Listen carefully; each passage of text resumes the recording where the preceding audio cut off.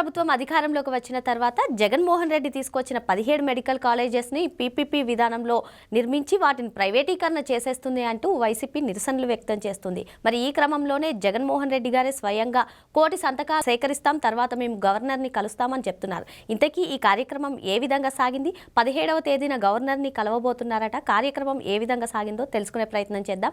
దీన్ని విశ్లేషించడానికి మనతో పాటుగా ఉన్నారు ప్రముఖ రాజకీయ, ఆర్థిక, సామాజిక విశ్లేషకులు అప్పసాని రాజేష్ గారు. నమస్తే సార్. నమస్కారం. జగన్మోహన్ రెడ్డి గారు స్వయంగా చెప్పారు, మేము 1 కోటి సంతకాలు సేకరణ చేస్తాము, ఈ పీపీపీ మోడల్లో మేము నిరసన వ్యక్తం చేస్తున్నాము, సో 17వ తేదీన గవర్నర్ని కలుస్తామని ఇప్పుడు చెప్పారు సార్. యాక్చువల్గా అది 2-3 సార్లు వాయిదా పడింది. అసలు ఈ కార్యక్రమం ఎలా సాగిందంటారు? ఇప్పుడు వాస్తవంగా రేపు 17వ తారీఖు రాజ్యాంగాధినేత, రాజ్యాంగ పరిరక్షకుడు, అంటే రాష్ట్ర స్థాయిలో రాజ్యాంగాన్ని కాపాడే రాజ్యాంగ పరిరక్షకుడుగా గవర్నర్ గారు ఉంటారు.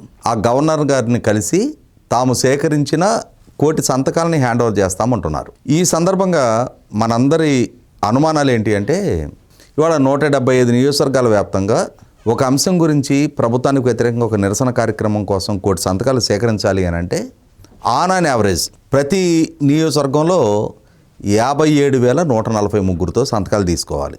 అంటే అన్ని నియోజకవర్గాల్లో సమాన స్థాయిలో సంతకాలు సేకరించగలిగారు అని అంటే, లేదు కొన్ని నియోజకవర్గాల్లో 80,000 90,000 సాధించి కొన్ని నియోజకవర్గాల్లో 20,000 30,000 పరిమితం అయితే అయి ఉండొచ్చు. అలా అయినా సేకరించగలిగి ఉండాలి. ఇంక్లూడింగ్ జగన్మోహన్ రెడ్డి గారి పులివెందుల నియోజకవర్గంలో సహా 80,000-90,000 సంగతి పక్కకు పెట్టండి, కనీసం 40,000 సంతకాలు ఆ నియోజకవర్గంలో వాళ్ళు సేకరించగలిగారు అని చెప్పని రుజువు చేయమనండి. ఎందుకంటే ఇవాళ అవి 1 కోటి సంతకాల అథెంటిసిటీ ముందు ఇవాళ మనకు ప్రశ్నార్థకం. నిజంగా జగన్మోహన్ రెడ్డి గారి పట్ల, జగన్మోహన్ రెడ్డి గారు ఇచ్చిన నినాదం పట్ల, జగన్మోహన్ రెడ్డి గారు తీసుకున్న రాజకీయ విధానం పట్ల ఏకీభవిస్తూ 1 కోటి మంది కనుక సంతకాలు చేసుంటే, ఆ సంతకాలు జెన్యూన్ అయ్యి ఉంటే, ఆ 1 కోటి మందికి సంబంధించిన ఆధార్ నెంబర్లు, వాళ్ళ మొబైల్ నెంబర్లు కూడా డిస్క్లోజ్ చేయాలి. దాంట్లో అలా డిస్క్లోజ్ చేయలేదు, ఏదో 10 మంది 10 రకాలుగా సంతకాలు పెట్టేసి, అంటే ఐడెంటిటీ రివీల్ కాకుండా సంతకం పెట్టడం అంటే ఏముంది, మన పూర్తి పేరు మన వివరం రాయవసరం లేదు కదా.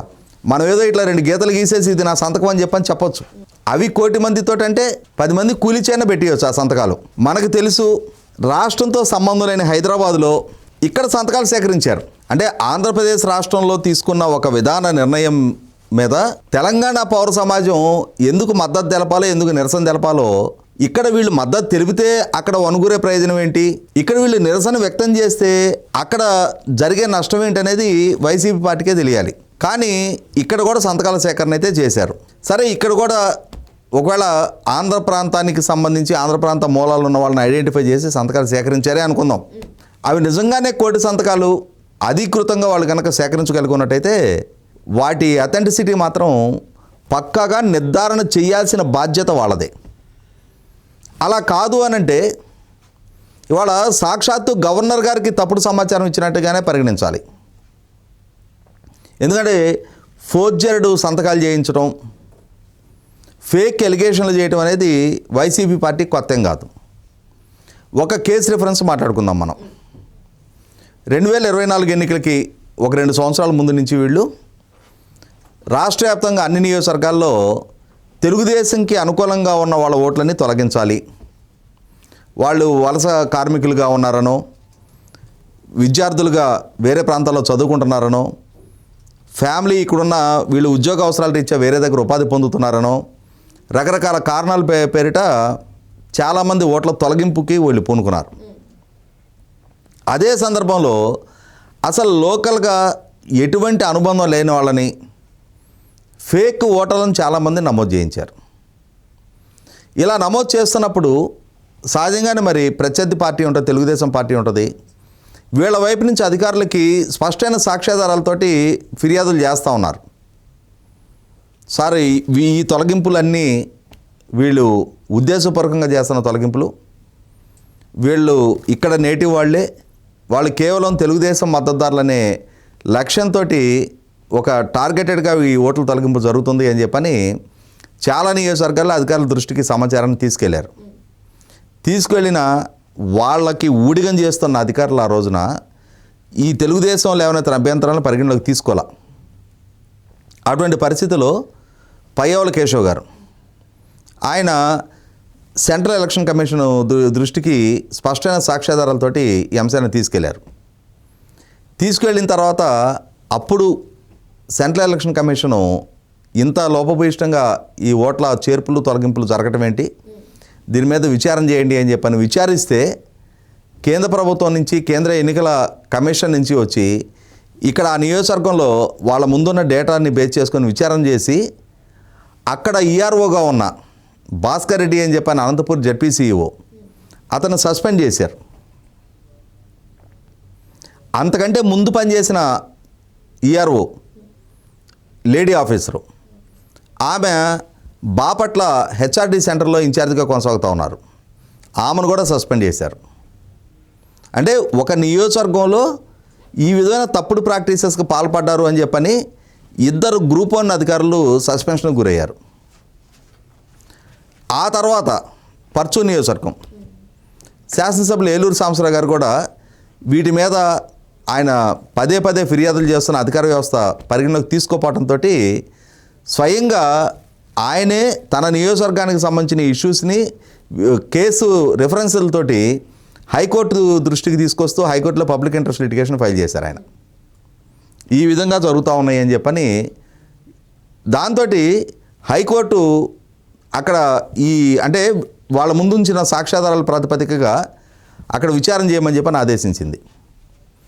ఆదేశించితే మామూలుగా అయితే ఏంటంటే ఇప్పుడు ఓట్ల తొలగింపుకి ఇప్పుడు మీ గ్రామంలో మీరే ఫిర్యాదు చేశారు, పలానా ఈ 5 వ్యక్తులు ఈ గ్రామంలో ఉండటం లేదు, పలానా ఈ వ్యక్తి ఈ గ్రామంతో సంబంధం లేదు, అతనికి ఇక్కడ ఇల్లు వాకిల్ లేదు, ఇతను మా గ్రామస్తుడు కాదు, ఇతను ఓట్లు తొలగించండి అని చెప్పని అప్లికేషన్ పెట్టచ్చు.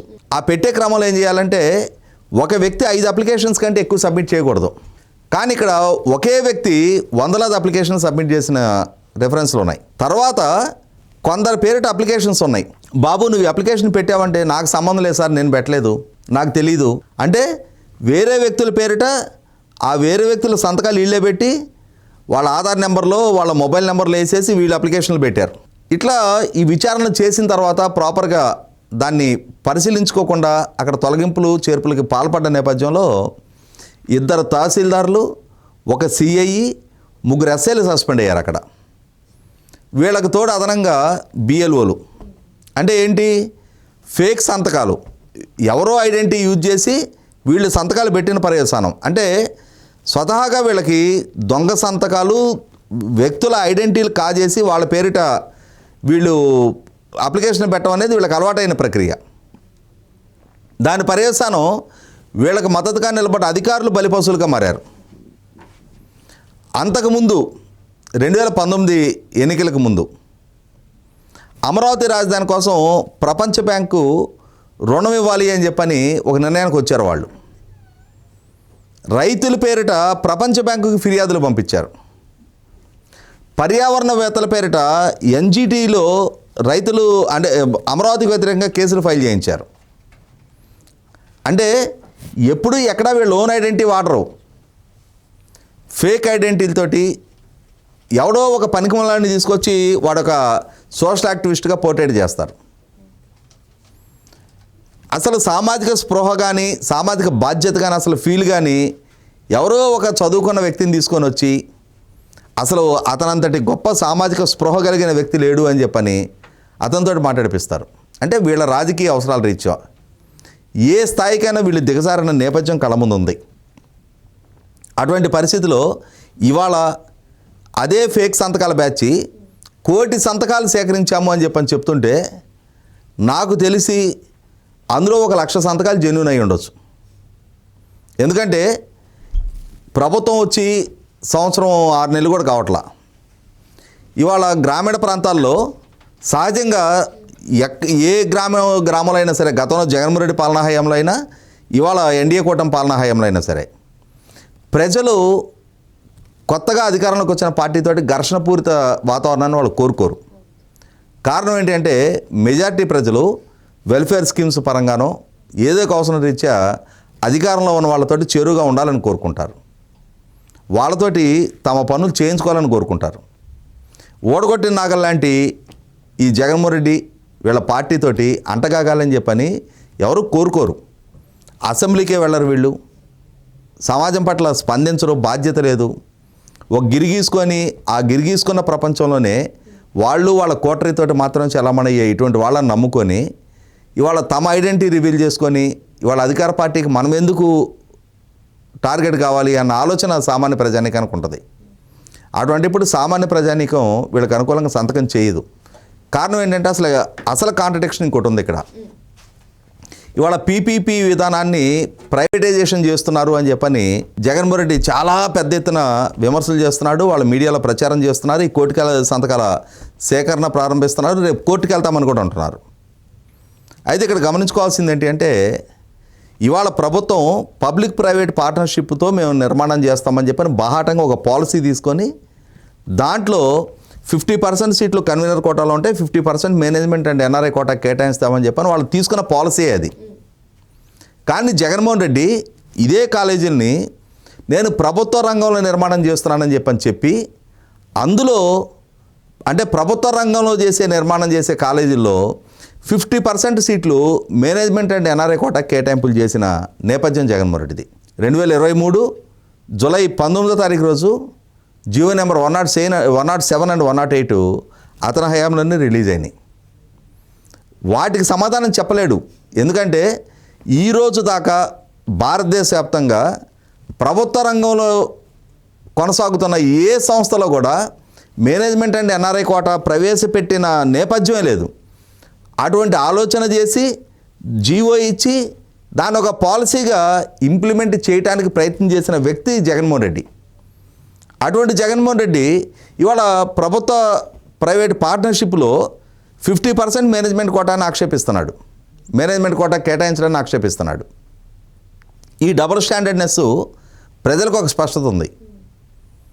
ప్రభుత్వ రంగంలో నువ్వు తీసుకొచ్చిన పాలసీయే కదా, ఇవాళ ప్రభుత్వం ద్వారా పెట్టుబడి పెట్టి అందులో 50% సీట్లు అమ్ముకోవాలని నువ్వు ప్రయత్నం చేశావు.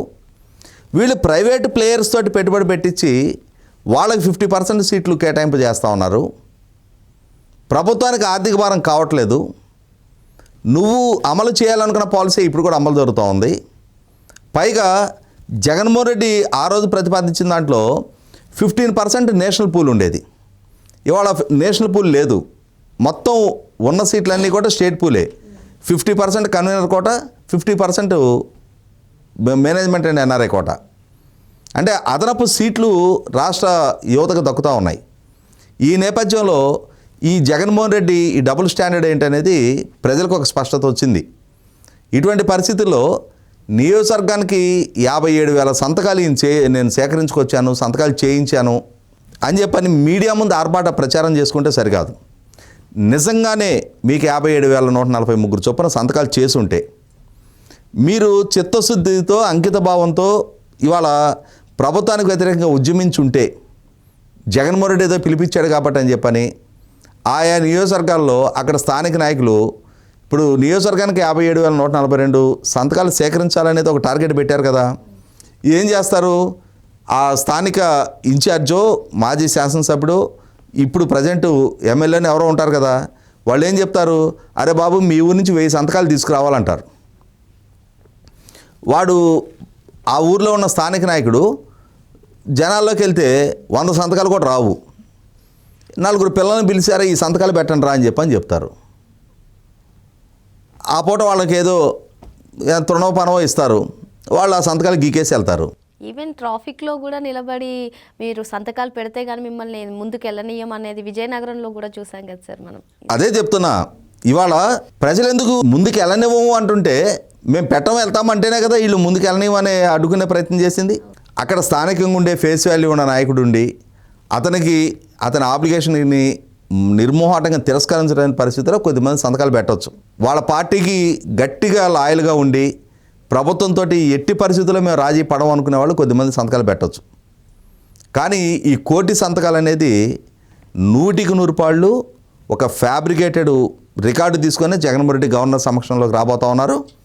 కాబట్టి ఇటువంటి ఫేక్ సమాచారాన్ని తీసుకొచ్చి గవర్నర్ గారి ఇంటెగ్రిటీని దెబ్బతీసే ప్రయత్నం, లోక్ భవన్ శాంటిటీని దెబ్బతీసే ప్రయత్నం జగన్మోహన్ రెడ్డి వల్ల జరుగుతూ ఉన్నప్పుడు నా ఉద్దేశం అయితే ఆ సంతకాల అథెంటిసిటీ కనుక వెరిఫై చేసుకునే ప్రొవిజన్ కనుక ఆ సంతకాలకు లేకుంటే ఆ రికార్డుని లోక్ భవన్ గేటు దాటి లోపలికి కూడా అడుగు పెట్టనీయకూడదు. వాళ్ళు రికార్డుని కానీ ఆ రికార్డు క్యారీ చేస్తున్న నాయకులను కానీ ఇంక్లూడింగ్ జగన్మోహన్ రెడ్డి కూడా నువ్వు ఫేక్ సమాచారంతో భవన్ శాంటిటీని దెబ్బతీసే ప్రయత్నానికి పాల్పడతావా? నిజంగానే సంతకాలు సేకరించుంటే వాళ్ళ ఆధారు వాళ్ళ మొబైల్ నెంబర్లు డిస్క్లోజ్ చేయలేకపోయావనంటే ఫేక్ సంతకాలే. నీ ఫేక్ సంతకాల కోసం లోక్ భవన్ ఎదురు చూస్తా నిలబడలా.